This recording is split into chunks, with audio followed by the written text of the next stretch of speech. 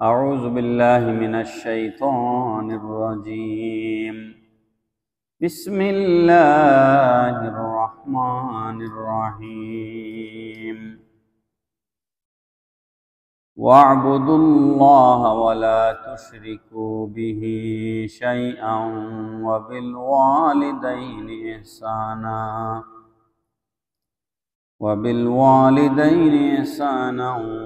وبذي القربى واليتامى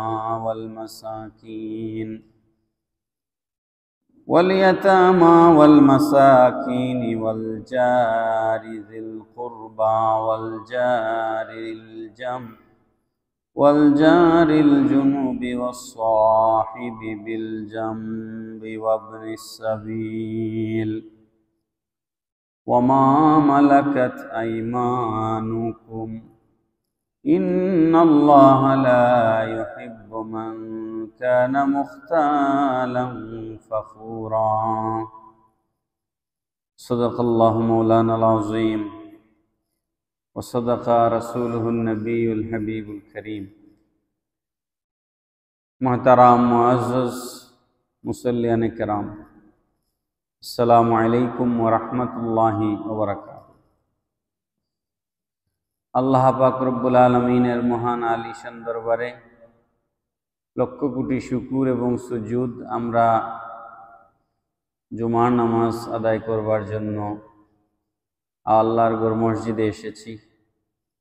ধারাবাহিক কোরআনুল কারীমের আলোচনায় সূরা নিসার ৩৬ নম্বর আয়াতে কারিমা তেলাওয়াত করেছি।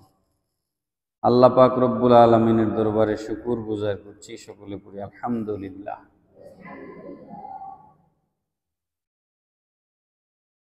ধারাবাহিক আলোচনা চলছে কোরআনুল কারীমের।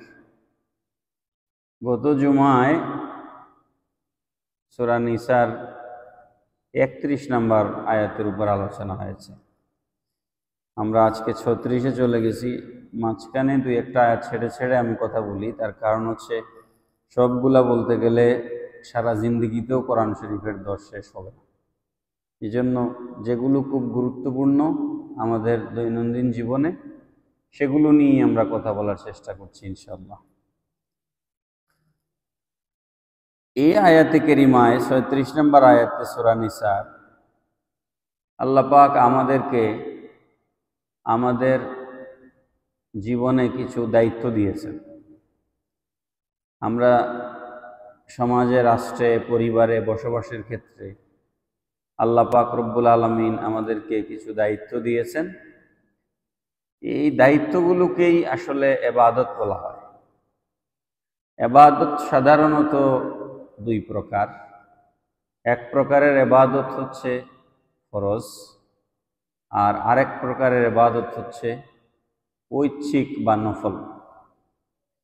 এইখানে আয়াতে কারিমার ভিতরে আল্লাহ পাক রব্বুল আলামিন যে ইবাদতগুলোর কথা বা যে দায়িত্বগুলোর কথা আমাদেরকে বলেছেন, এর মধ্যে ফরজ ইবাদতের কথাও বলা আছে, আবার নফল ইবাদতের কথাও বলা আছে। আয়াতের সহজ সরল বাংলা অনুবাদ হচ্ছে, তোমরা ইবাদত করবে আল্লাহর, এবং আল্লাহর সাথে অন্য কোনো কিছুকে তোমরা শরীক করবে না। পিতামাতা, আত্মীয় স্বজন, এতিম, মিসকিন, নিকট প্রতিবেশী, দূর প্রতিবেশী, সঙ্গী সাথী, পথচারী এবং তোমাদের অধিকারভুক্ত দাসীদের প্রতি তোমরা সৎ ব্যবহার করবে। নিশ্চয় আল্লাহ পাক দাম্ভিক অহংকারীদেরকে পছন্দ করেন না। এই হচ্ছে আয়াতের বাংলা অনুবাদ। এই আয়াতের ভিতরে কতগুলো বিষয় আল্লাহ পাক আমাদেরকে নির্দেশনা দিচ্ছেন। প্রথম হচ্ছে ওয়াবুদুল্লাহ, ইবাদত করো আল্লাহর, যেটাকে একটু আগে বললাম ফরজ বা বাধ্যতামূলক ইবাদত। প্রত্যেক সৃষ্টি, প্রত্যেক বস্তু, ইচ্ছায় হোক আর অনিচ্ছায় হোক, প্রত্যেকেই আল্লাহর নির্দেশ মানতে বাধ্য। আমরা হয়তো সাময়িক সময়ের জন্য আল্লাহর হুকুমের অবাধ্যতা করে থাকি, আল্লাহর নির্দেশের বিরুদ্ধে চলে যাই, কিন্তু এরকম কোনো ইতিহাস নাই যে কেউ আল্লাহর নির্দেশ অমান্য করার কারণে বা আল্লাহর নির্দেশকে লঙ্ঘন করবার কারণে তিনি পৃথিবীতে চিরস্থায়ী হয়ে গিয়েছেন, তার বিনাশ হয়নি, ধ্বংস হয়নি, আল্লাহর নির্দেশ অমান্য করে তিনি টিকে আছেন, এরকম কোনো ঘটনা ইতিহাস পৃথিবীতে নাই। সুতরাং চাই বা না চাই, ইচ্ছায় হোক অনিচ্ছায় হোক, আল্লাহর নির্দেশ মান্য করা এটা আমাদের উপর ফরজ। যদি কেউ না করেন তাহলে তার ধ্বংস অনিবার্য, হয় আজ না হয় কাল। আমরা আল্লাহর ইবাদতের উপর বহু কথা বহু সময় বলেছি। যত কার্যক্রম আছে আমাদের একটা ভুল ধারণা আছে যে শুধু আমরা নামাজকে ইবাদত মনে করি, রোজাকে ইবাদত করি, না, বিষয়টি এরকম নয়। আপনি দিনে 5 বার মসজিদে আসছেন, নামাজ পড়ছেন, এতটুকুনই শেষ নয়। আপনি তো একটা ওয়াক্ত নামাজে 10, 15, 20 মিনিট সময় দিচ্ছেন, তাতেই কি শেষ? না। আপনি বছরে 1 মাস রোজা রাখছেন, এটাই কি ইবাদত, আর কিছু নাই? না, বিষয়টি এরকম নয়। আমাদের গোটা জিন্দেগি, আমাদের দুলনা থেকে কবর পর্যন্ত, শুরু থেকে শেষ পর্যন্ত, জন্ম থেকে মৃত্যু পর্যন্ত আল্লাহর ইচ্ছায় গোটা জিন্দেগি পরিচালনা করার নাম হচ্ছে ইবাদত। তার মানে কি দাঁড়ালো? আমি নামাজ পড়ে মসজিদ থেকে যখন বাইরে বের হলাম তখন আর আমি আল্লাহর জিম্মায় নাই, জিনিসটা এরকম নয়। আমি ব্যবসা বাণিজ্যে যাচ্ছি, ক্ষেত কৃষিতে যাচ্ছি, কামাই রুজিতে যাচ্ছি, চাকরি নকরিতে যাচ্ছি, যে অবস্থায় আমি যাচ্ছি সেই অবস্থায় আমি সর্বদা আমি মনে রাখছি যে আমি আল্লাহর বান্দা, আল্লাহ হচ্ছেন আমার মাবুদ, আমি হচ্ছি আবেদ। যখন একজন মানুষ এটা তার মাথার মধ্যে রাখে যে আমি হচ্ছি আল্লাহর বান্দা আর আল্লাহ হচ্ছেন আমার মাবুদ, তখন তার দ্বারা শরীয়ত বিরোধী, কোরআন বিরোধী, ইসলাম বিরোধী আর কোনো কাজ করা তার পক্ষে সম্ভব হয় না। এই জন্য আল্লাহ পাক রব্বুল আলামিন বলেছেন, ওয়াবুদুল্লাহ, তোমরা আল্লাহর ইবাদত করো। একজন আল্লাহর বান্দা যদি আল্লাহর ইবাদতের মধ্যে দিনরাত 24 ঘন্টা শামিল থাকে, তাহলে সে ওই পর্যায়ের মানুষ হয় যে মানুষের দ্বারা আর কোনো অন্যায় কাজ করা সম্ভব হয় না। তারপরে আল্লাহ পাক বলছেন, ওয়ালা তুশরিকু বিহি শাইআ। এই ব্যাপারে আমরা বহুবার আলোচনা করেছি। ওয়ালা তুশরিকু বিহি শাইআ, আল্লাহর সাথে তোমরা কাউকে শরীক করো না।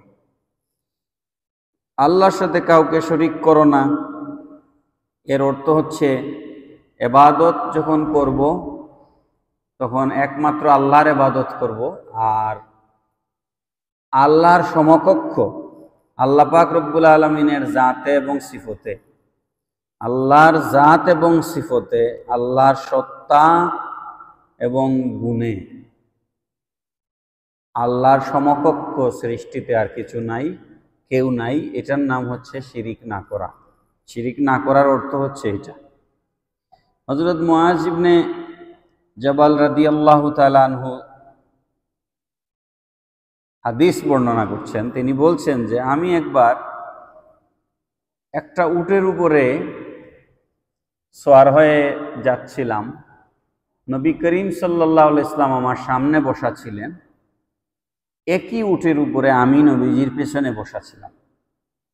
উটের উপরে যখন আমরা দুইজন একসাথে যাচ্ছি তখন নবীজি আমার সাথে কথা বলছিলেন। তো নবীজি আমাকে জিজ্ঞেস করলেন, হে মুআজ, তুমি কি জানো বান্দাদের উপর আল্লাহর কি হক রয়েছে, বান্দাদের উপর আল্লাহর কি অধিকার রয়েছে? তখন আমি জবাব দিলাম, ইয়া রাসূলুল্লাহ সাল্লাল্লাহু আলাইহি সাল্লাম, আল্লাহ এবং আল্লাহর রসুল ভালো জানে। তখন নবী পাক সাল্লাল্লাহু আলাইহি সাল্লাম বললেন, বান্দার উপর আল্লাহর হক হচ্ছে বান্দা সর্বদা আল্লাহর ইবাদত করবে আর বান্দা আল্লাহর সাথে কাউকে শরীক করবে না। এটা হচ্ছে বান্দার উপর আল্লাহর হক। এবার নবী করিম সাল্লাল্লাহু আলাইহি সাল্লাম আবার বললেন, হে মুআজ, তুমি কি জানো আল্লাহর উপর বান্দার কি হক আছে? আল্লাহর উপর বান্দার কি হক আছে? আবার মুআজ ইবনে জবল রাদিয়াল্লাহু আনহু বললেন, ইয়া রাসূলুল্লাহ সাল্লাল্লাহু আলাইহি ওয়াসাল্লাম, আল্লাহ এবং আল্লাহর রাসূল ভালো জানেন। নবীজি তখন বললেন, হে মুআজ, শোনো, কোন বান্দা যখন আল্লাহর ইবাদত করে এবং আল্লাহর সাথে কাউকে শরীক করে না, কোন বান্দা যখন আল্লাহর ইবাদত করে এবং আল্লাহর সাথে কাউকে শরীক করে না, তখন ওই বান্দার উপর, তখন আল্লাহর উপর ওই বান্দার হক হয়ে যায়, আল্লাহ পাক রব্বুল আলামিন ওই বান্দাকে কবরে আযাব দিবেন না। বান্দা যখন আল্লাহর সাথে কাউকে শরীক করবে না এবং আল্লাহর ইবাদত করবে, তখন মুআজ ইবনে জবল রাদিয়াল্লাহু তাআলা আনহু বলছেন, আমি জিজ্ঞেস করলাম, ইয়া রাসূলুল্লাহ সাল্লাল্লাহু আলাইহি সাল্লাম, এই কথা কি আমি মানুষদের কাছে এলান করে দিব? এই সুসংবাদ কি আমি মানুষকে দিব? তখন নবী পাক সাল্লাল্লাহু আলাইহি সাল্লাম বললেন, হাও বললেন না, নাও বললেন না। নবীজি বললেন, দাহুম ইয়ামালুন, বরং মানুষদেরকে আমল করতে দাও। পড়েন সুবহানাল্লাহ। অর্থাৎ এই কথা ঢালাওভাবে বলে দিলে মানুষ ইবাদত ছেড়ে দিয়ে বলবে, আমি তো আর শিরিক করছি না, তো আল্লাহ আমারে আযাব দিবেন না। এই জন্য নবীজি বললেন, দাহুম ইয়ামালুন, বরং মানুষকে আমল করতে দাও। মানুষ যেন আমল করে, মানুষকে আমলের প্রতি উৎসাহিত করো। পড়েন সুবহানাল্লাহ। আজকাল আমাদের সমাজে এরকম মানুষ আছে যারা মানুষকে আমল থেকে নিরুৎসাহিত করে, আমল থেকে নিরুৎসাহিত করে, এরকম মানুষ আমাদের সমাজে প্রচুর আছে। তো যাই হোক, এর অর্থ হচ্ছে মানুষ আল্লাহর উপর ভরসা করে আমল ছেড়ে দিয়ে ঘরে বসে থাকবে, মানুষ যেন সেটা না করে, সেজন্য মানুষকে আমল করতে দাও। এই আয়াতের তৃতীয় বিষয় হচ্ছে ওবিল ওয়ালিদাইনি ইহসানা, আর তোমরা পিতামাতার সাথে সদাচরণ করো। প্রথম গেল ওয়াবুদুল্লাহ, ইবাদত করো আল্লাহর। 2 নম্বর গেল ওয়ালা তুশরিকু বিহি শাইআ, আল্লাহর সাথে কাউকে শরীক করো না। আর 3 নম্বর হচ্ছে ওবিল ওয়ালিদাইনি ইহসানা, পিতামাতার সাথে তোমরা সদ্ব্যবহার করো। মা বাবার হকের উপর কুরআনুল কারীমে একাধিক আয়াত এসেছে, অসংখ্য হাদিসের মধ্যে মা বাবার হকের বয়ান হয়েছে। সুতরাং মা বাবার হক আলোচনা করা এটা এই সামান্য সময়ে সম্ভব নয়। দ্বিতীয় কথা হচ্ছে, আমরা এর আগেও বহুবার মা বাবার হক আলোচনা করেছি, এই জন্য বিস্তারিত আলোচনায় আমরা যাব না। এতটুকুন আমরা খেয়াল রাখব যে আল্লাহ পাক রব্বুল আলামিন তার নিজের ইবাদতের পর আল্লাহ পাক রব্বুল আলামিন মা বাবার প্রতি সদ্ব্যবহারের কথা বলেছেন। তার মানে কি দাঁড়াচ্ছে? তার মানে হচ্ছে আল্লাহর পরেই মা বাবার অধিকার। আল্লাহর পরেই কার অধিকার? মা বাবার অধিকার। কোরআনের একাধিক আয়াতে এই বয়ান এসেছে। মুআজ ইবনে জবল রাদিয়াল্লাহু তাআলা আনহু থেকে হাদিস রাওয়ায়াত হচ্ছে, আমাকে রাসূল করিম সাল্লাল্লাহু আলাইহি ওয়াসাল্লাম 10টা বিষয়ে নসিহত করেছেন। এর মধ্যে একটা হচ্ছে, তোমরা আল্লাহর সাথে কাউকে শরীক করবে না। যদি তোমাদেরকে হত্যা করে ফেলা হয়, যদি তোমাদেরকে আগুনে পুড়িয়ে দেওয়া হয়, তাতেও তোমরা আল্লাহর সাথে শরীক করবে না। আর হচ্ছে, তোমরা তোমাদের মা বাবার সাথে অবাধ্য আচরণ করবে না। আর হচ্ছে, তোমরা তোমাদের স্ত্রী এবং ধন সম্পদ যা কিছু আছে, এই সব কিছু যদি ছেড়ে দেওয়াও লাগে, তারপরেও তোমরা তোমাদের পিতামাতার অবাধ্য হবে না। বলেন সুবহানাল্লাহ। এখানে দেখুন, ১৫০০ বছর আগে নবীজি এই কথাটা বলে গেছেন যে তোমরা আল্লাহর সাথে কাউকে শরীক করবে না। যদি তোমাদেরকে হত্যা করে ফেলা হয় অথবা তোমাদেরকে যদি আগুনে পুড়িয়ে মারা হয়। আপনি দেখুন, ১৫০০ বছর আগের নবীজির কথার বাস্তবতা দেখুন। আজকে ইন্ডিয়ায় বিভিন্ন জায়গায় মুসলমানদেরকে জোর করে জয় শ্রীরাম বলানো হচ্ছে। জয় শ্রীরাম মুখ দিয়ে উচ্চারণ করা মানে হচ্ছে আপনি শিরিক করলেন, অর্থাৎ জোর করে একজন মুসলমানকে জয় শ্রীরাম বলানো হচ্ছে। আমাদের দেশে তো রাজনীতির জন্য অনেক মোল্লারা হিন্দুদের মন্দিরে গিয়ে পূজাও করে, আমাদের দেশে আপনারা দেখে থাকবেন। এই কিছুদিন আগেও আমরা দুর্গা পূজার সময় দেখেছি হিন্দুদের মন্দিরে গিয়ে ওদের মন্ত্র পাঠ করে। নেতা, রাজনৈতিক দলের নেতা হিন্দুদের মন্দিরে গিয়ে ওদের গীতা পাঠ করে, শুভেচ্ছা জানায়, শারদীয় শুভেচ্ছা। কোন মুসলমান যদি শারদীয় শুভেচ্ছা লিখে সাইনবোর্ড টাঙ্গায়, সে মুশরিক হয়েছে। রাজনীতি আপনি করতে পারেন, কিন্তু আপনি শারদীয় শুভেচ্ছা লিখতে পারবেন না, এটা খেয়াল রাখতে হবে আপনাকে। আপনি দুর্গাপূজার শুভেচ্ছা লেখার মানে কি? শুভেচ্ছা শুভেচ্ছা শুভেচ্ছা অর্থ কি? শুভ যুগ ইচ্ছা, সন্ধি বিচ্ছেদ করলে শুভ যুগ ইচ্ছা। শুভ যুগ ইচ্ছা মানে শুভেচ্ছা। শারদীয় দুর্গাপূজার শুভেচ্ছা এর অর্থ হচ্ছে, শারদীয় মানে শরৎকালীন, এটা একটা বাংলা শব্দ। শারদীয় শব্দ বাদ, দুর্গাপূজার শুভেচ্ছা। আপনি সাইনবোর্ড টাঙ্গাইলেন দুর্গাপূজার শুভেচ্ছা, সিলেটবাসীকে দুর্গাপূজার শুভেচ্ছা। হ্যাঁ, তার মানে হচ্ছে দুর্গার প্রতি আপনার শুভ ইচ্ছা। দুর্গার প্রতি আপনার মনের ভিতরে কি? শুভ ইচ্ছা। তো দুর্গার প্রতি মনের ভিতরে শুভ ইচ্ছা থাকলে একজন মুসলমান থাকে না মুশরিক হয়? তা আপনি ভোটের জন্য যদি এটা করেন, আপনার ঈমান চলে গেছে।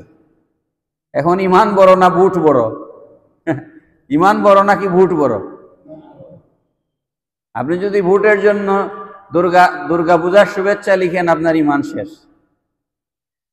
আপনি দুর্গাপূজার মন্দিরে রাষ্ট্রের আইন শৃঙ্খলা রক্ষায় নিয়োজিত পুলিশ, র্যাব, বিজিবি, আর্মি ছাড়া কোনো মুসলমানের পূজা দেখতে যাওয়াও জায়েজ নেই।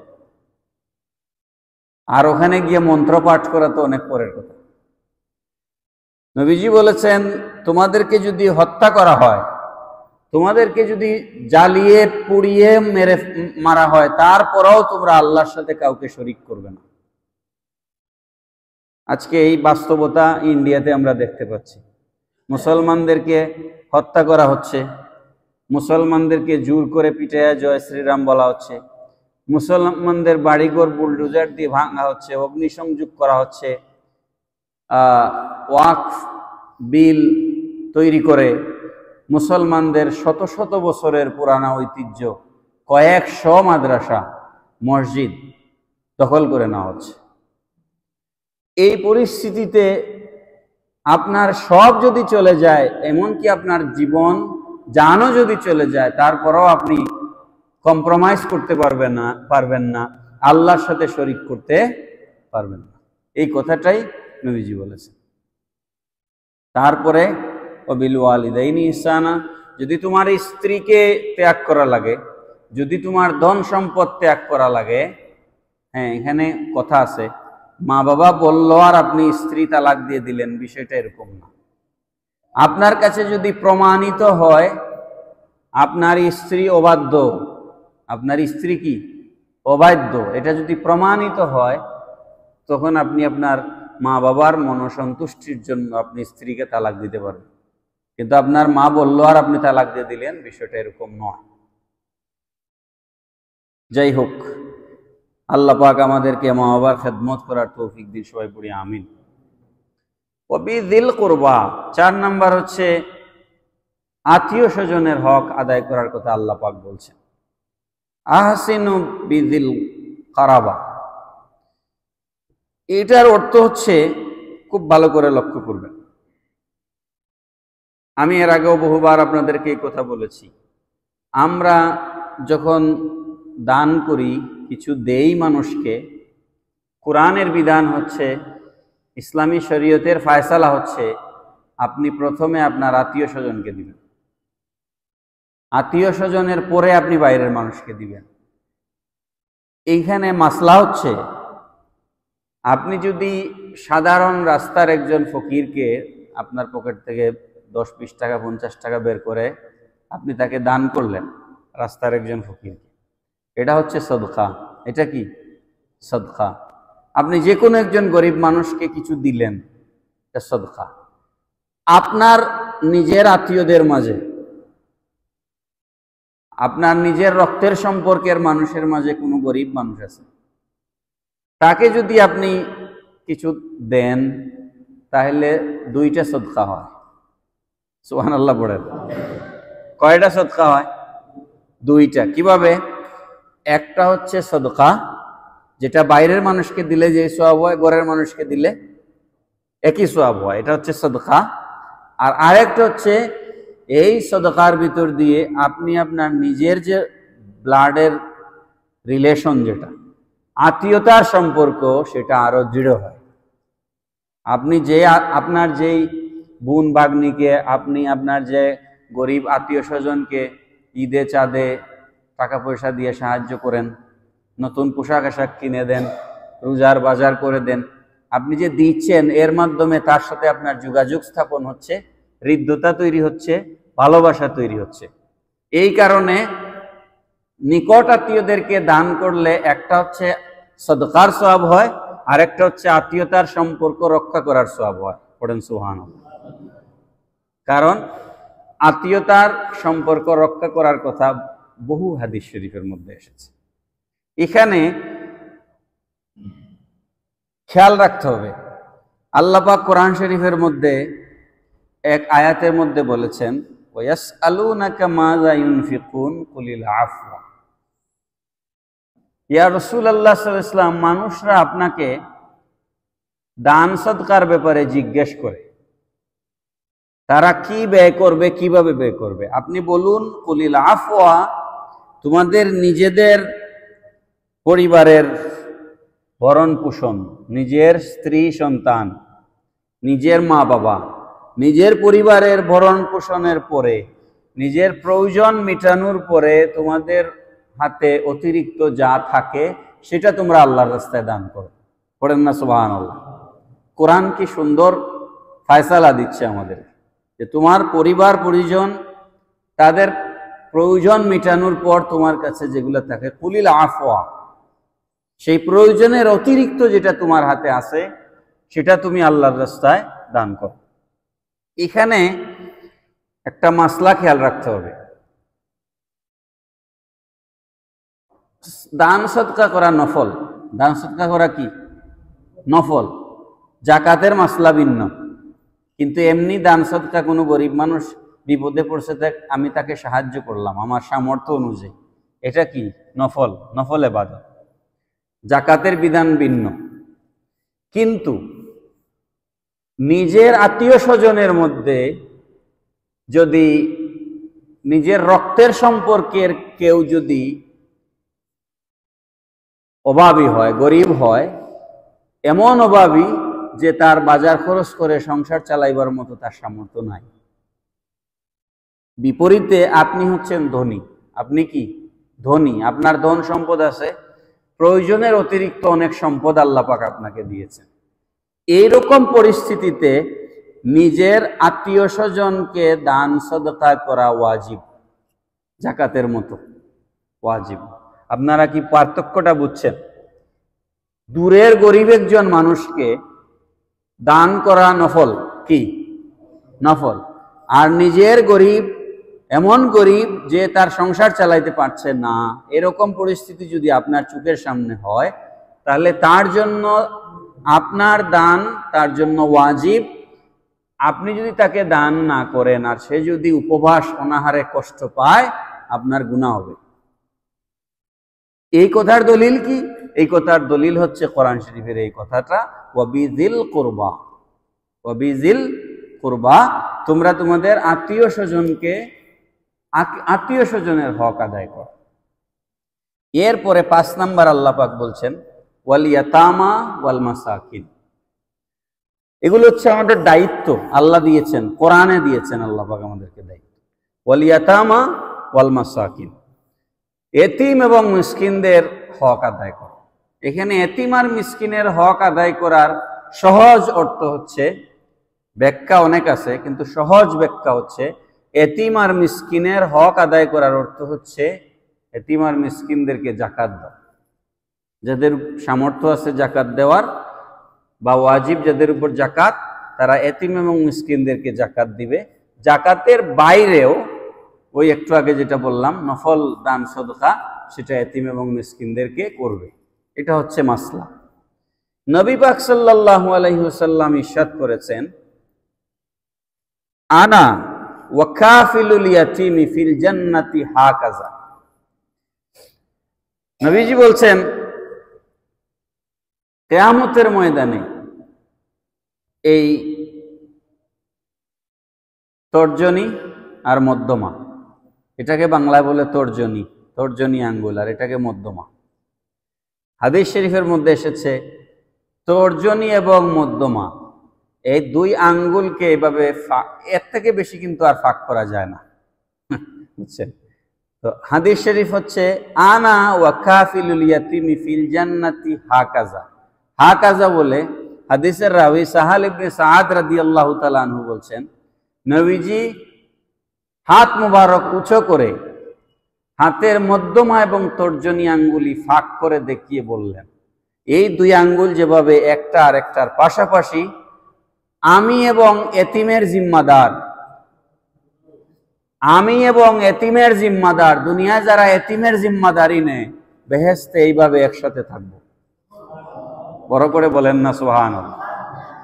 আমি এবং এতিমের জিম্মাদার, এই দুই আঙ্গুল যেভাবে পাশাপাশি, এইভাবে বেহেশতে একসাথে থাকবো।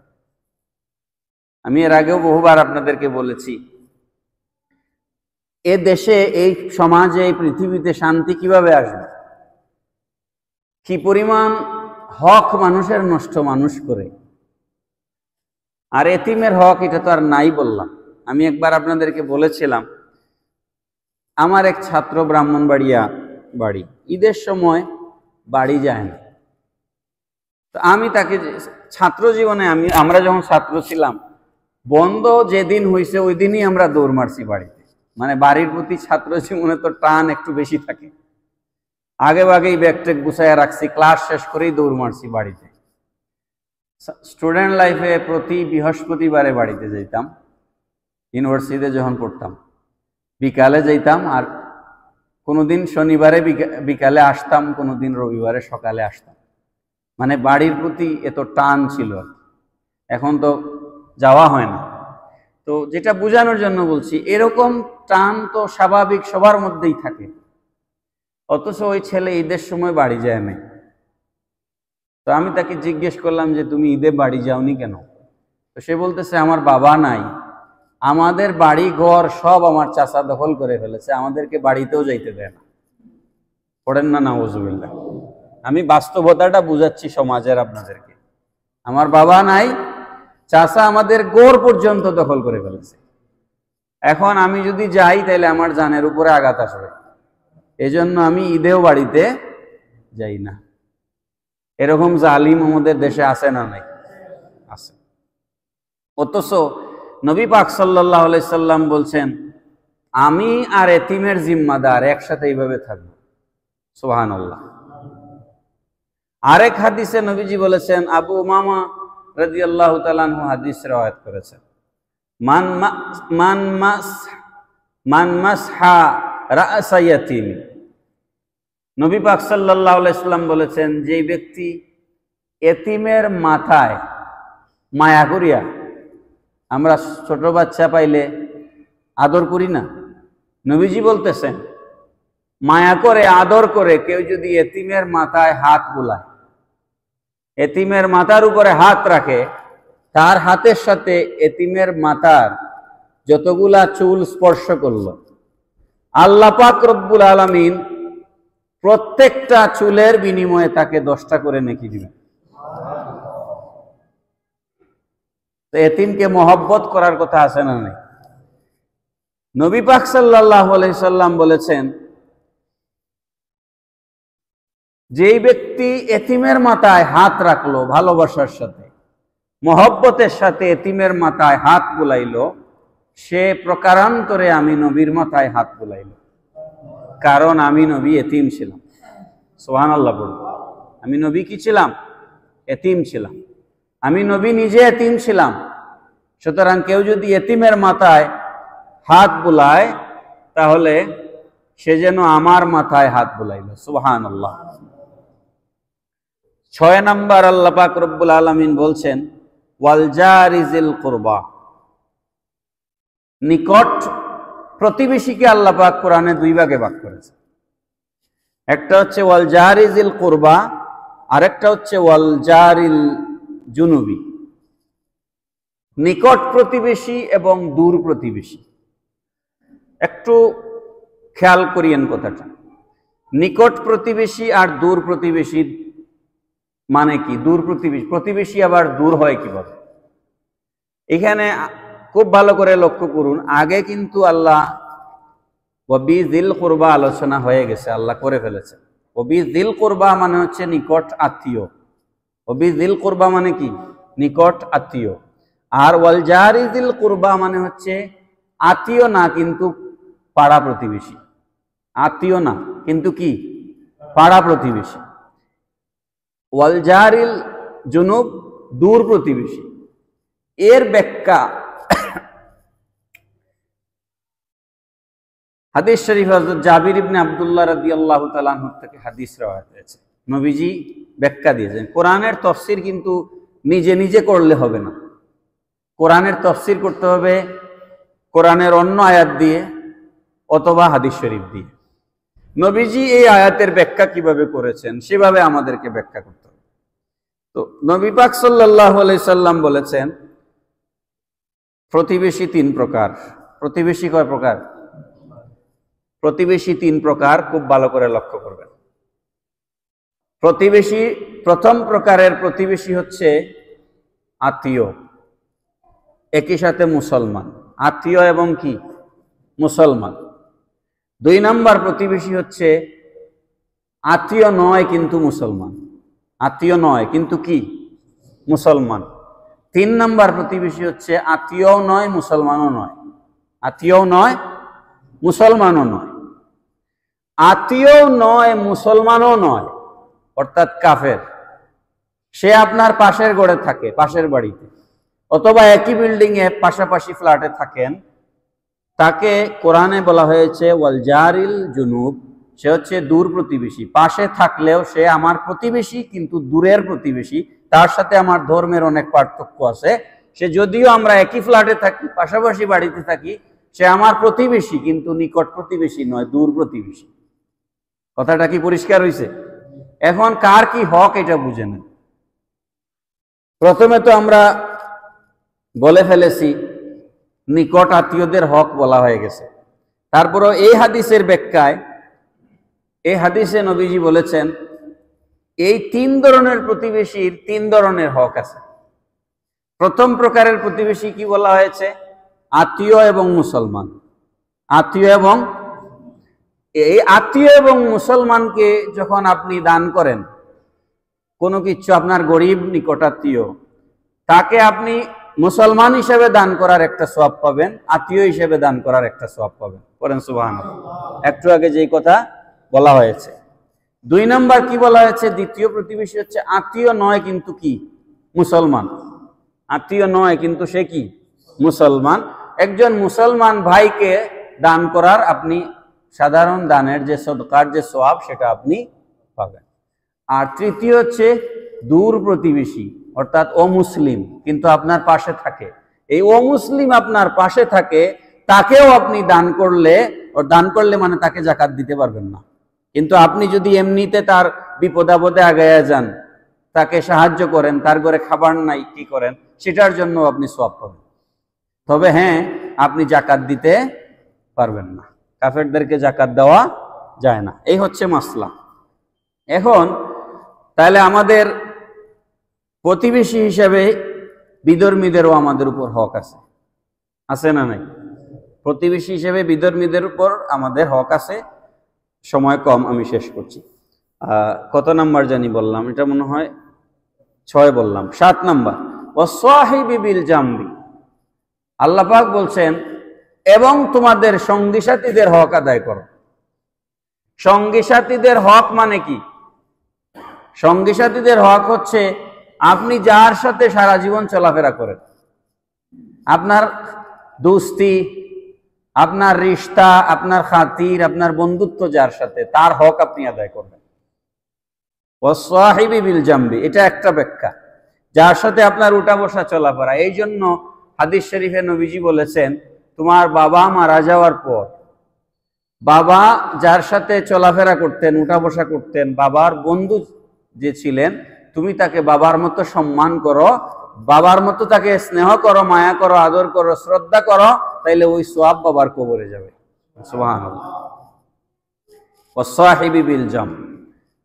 আরেকটা ব্যাখ্যা হচ্ছে আপনার দোকানে কর্মচারী, আপনার গাড়ির ড্রাইভার, আপনার বাড়ির কাজের বুয়া, এই যে মানুষগুলোকে আমরা আমাদের নিজেদের প্রয়োজনে ব্যবহার করি, এরা সব সময় আমাদের সাথে চলাফেরা করে।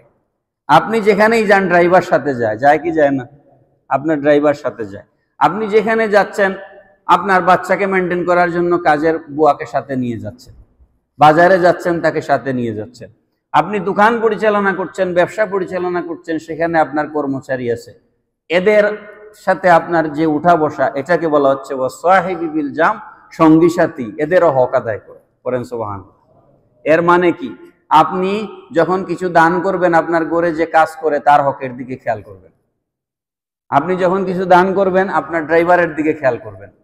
আপনি যখন কিছু দান করবেন, আপনার কর্মচারীর দিকে আপনি খেয়াল করবেন। এই বিষয়গুলো আল্লাহ পাক এখানে বলছেন। বলতে বলতে নবী পাক সাল্লাল্লাহু আলাইহি ওয়াসাল্লাম এভাবে বলেছেন যে তোমার যদি ওরকম সামর্থ্য নাও থাকে, আমি এর আগেও আপনাদেরকে বলেছি যে তরকারির মধ্যে পানি বেশি দিয়া, জুল বাড়ায়া দিয়া তুমি প্রতিবেশীকে অংশ দাও। সুবহানাল্লাহ বলেন না? আপনি ঘরে কিছু রান্না করছেন, সেটার গ্রান, সেটার সেন্ট পাশের বাড়িতে যায় কি যায় না? যায়নি?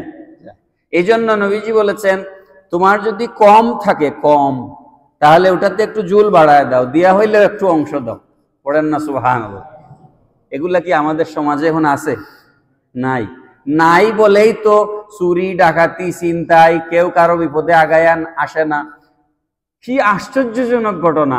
দোকানের সামনে একটা মেয়েকে পিটাইতেছে টাকায়, দেখলাম ভাইরাল হয়েছে ফেসবুকে, কিন্তু কেউ গিয়ে থামাচ্ছে না। কি আশ্চর্যজনক ঘটনা! আমরা তো জীবিত মৃত, মানে চলন্ত মৃত মানুষ হয়ে গেছি আমরা। আমাদের দেহ আছে কিন্তু ভিতরে প্রাণ নাই।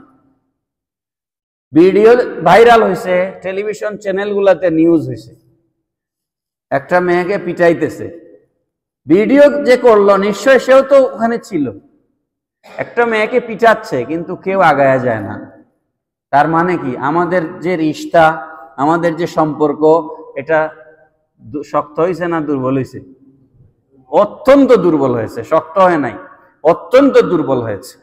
যাই হোক, এরপরে আল্লাহ পাক বলছেন ওয়াবনিস সাবিল, পথচারী যারা আছে, মুসাফির, বিপদগ্রস্ত, তাদের হক আদায় কর।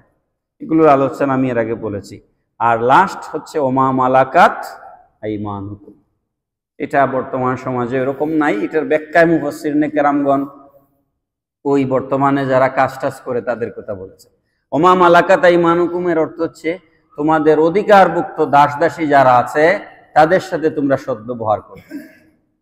যেহেতু ওই সময় দাস প্রথা প্রচলিত ছিল, এই জন্য রাসূল সাল্লাল্লাহু আলাইহি ওয়াসাল্লাম ওই কথা বলেছেন। বিদায় হজ্জের ভাষণ যখন আল্লাহর রাসূল দিয়েছেন, এটা তো বিখ্যাত ভাষণ, বিদায় হজ্জের রেকর্ড হয়ে আছে মুসলমানদের জন্য, এটা একটা দলিল। নবী পাক সাল্লাল্লাহু আলাইহি সাল্লাম বলেছেন, শোনো, আমি তোমাদেরকে সতর্ক করে যাচ্ছি, তোমাদের অধীনস্থ যারা আছেন, নবীজি যখন দুনিয়ার থেকে পর্দা করেন, খুব ভালো করে খেয়াল করবেন, নবীজি যখন ইন্তেকাল শরীফ হচ্ছে, ইন্তেকালের মুহূর্তে আল্লাহর নবী সাল্লাল্লাহু আলাইহি ওয়াসাল্লাম দুইটা কথা বলেছেন ইন্তেকালের মুহূর্তে। একটা হচ্ছে আসসালা আসসালা আসসালা, হ্যাঁ আমার উম্মতেরা, আমি চলে যাচ্ছি দুনিয়া থেকে, রেখে যাচ্ছি তোমাদের জন্য নামাজ, নামাজ, নামাজ। তিনবার এই কথা নবীজি বলেছেন। আমি দুনিয়া থেকে চলে যাচ্ছি, তোমাদের জন্য নামাজ রেখে যাচ্ছি। আর ওয়ামা মালাকাত আইমানুকুম, তোমাদের অধীনস্থ যারা আছে এদের ব্যাপারে তোমরা সাবধান থাকবে। পড়েন সুবহানাল্লাহ। নবীজি বিদায় হজ্জের ভাষণে বলেছেন, তোমরা তোমাদের অধীনস্থদের ব্যাপারে সতর্ক থাকবে, তোমরা নিজে যা খাবে তাদেরকে তাই খাওয়াবে, নিজে যে কাপড় পরবে তাদেরকে সেই কাপড় পরাবে। সুবহানাল্লাহ। আসেনি এই আমল মুসলমানদের মাঝে? আমি এক দামে কাপড় কিনি, কাজের মেয়ের জন্য আরেক দামে কিনি, তাইলে হাদিস শরীফের উপর আমল হইল না, নবীর আদর্শ আপনার মধ্যে আসলো না।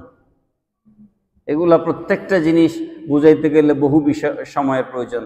শেষ কথা হচ্ছে, হযরত আবু মাসউদ আনসারী রাদিয়াল্লাহু তাআলা আনহু হাদিস রাওয়ায়াত করছেন। তিনি বলছেন, আমি একদিন আমার এক গোলামকে, তিনি নিজে বলতেছেন, আবু মাসউদ আনসারী রাদিয়াল্লাহু আনহু বলছেন, আমি একদিন আমার এক কৃতদাসকে আমি পিটাচ্ছিলাম, পেছন দিক থেকে আল্লাহর রাসূল সাল্লাল্লাহু আলাইহি সাল্লাম এসে হুঙ্কার ছেড়ে, আমরা তো হুজুররা এখন অনেক কথা আপনাদেরকে ভয়ে অনেক কথা বলি না, না জানি আমার ইমামতি চলে যায়, না জানি আমার চাকরিটা নাই হয়ে যায়, আপনি আমার চোখের সামনে অন্যায় করতেছেন, তারপরও আমরা প্রতিবাদ করি না, সংশোধন করি না।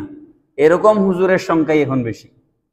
নবী পাক সাল্লাল্লাহু আলাইহি সাল্লাম পেছনে এসে দাঁড়িয়ে বললেন, আবু মাসউদ আনসারী, শোনো, তুমি যার উপর আধিপত্য দেখাচ্ছ, আপনি কি আপনার থেকে সবল মানুষকে পিটাইতে পারবেন? একটু বলেন না আমার, সহজ করে। আপনার থেকে শক্তি বেশি, তারা কি আপনি মারতে পারবেন? আপনার থেকে দুর্বল যে, তারাই তো মারবেন আপনি। তো নবীজি বলছেন, আবু মাসউদ আনসারী, আজ তুমি যার উপর আধিপত্য দেখাচ্ছ,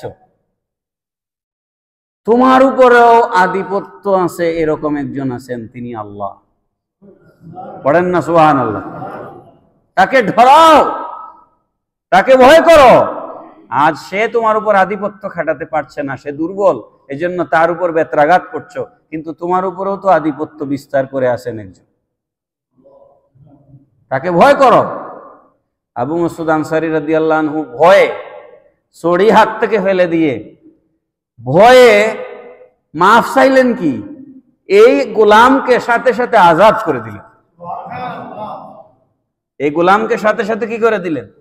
আজাদ করে দিলেন। ইয়া রাসূলুল্লাহ, আমার ভুল হয়ে গেছে, আমি গোলামকে আজাদ করে দিলাম। নবী তখন বললেন, শোনো, তুমি যদি এই কাজটা এখন না করতে, তাকে আজাদ করে না দিতে, তাহলে এই যে তার উপর তুমি বেত্রাঘাত করেছো, এর জন্য অবশ্যই তোমাকে জাহান্নামের আগুনে জ্বলতে হইত। সুতরাং এই আয়াতে কারিমার ভিতরে আল্লাহ পাক রব্বুল আলামিন অনেকগুলো কথা বলেছেন। শেষ কথা আল্লাহ পাক বলেছেন, ইন্নাল্লাহা লা ইউহিব্বু মান কানা মুখতালান ফখুরা, যারা জমিনে অহংকার করে আল্লাহ পাক তাদেরকে পছন্দ করেন না। পৃথিবীতে আজকে আমি যদি উদাহরণ দেই, ঘর থেকে শুরু করে আন্তর্জাতিক পরিমণ্ডলে প্রত্যেকটা জায়গায় আমি উদাহরণ দিতে পারি। আজকে ইসরায়েল যেটা করছে, কথার কথা ধরুন, বা ইন্ডিয়া নরেন্দ্র মোদী যেটা করছে, নেতানিয়াহু যেটা করছে মুসলমানদের উপর, আর ইন্ডিয়া মুসলমানদের উপর যেটা করছে, আপনারা কি নমরুদের ইতিহাস পড়েন নাই? আপনারা কি শাদ্দাদের ইতিহাস পড়েন নাই? আপনারা কি ফেরাউনের ইতিহাস জানেন না? তো নিশ্চয় ফেরাউন থেকে নেতানিয়াহু বেশি শক্তিশালী নয়, নিশ্চয় শাদ্দাদ থেকে মোদী বেশি শক্তিশালী নয়।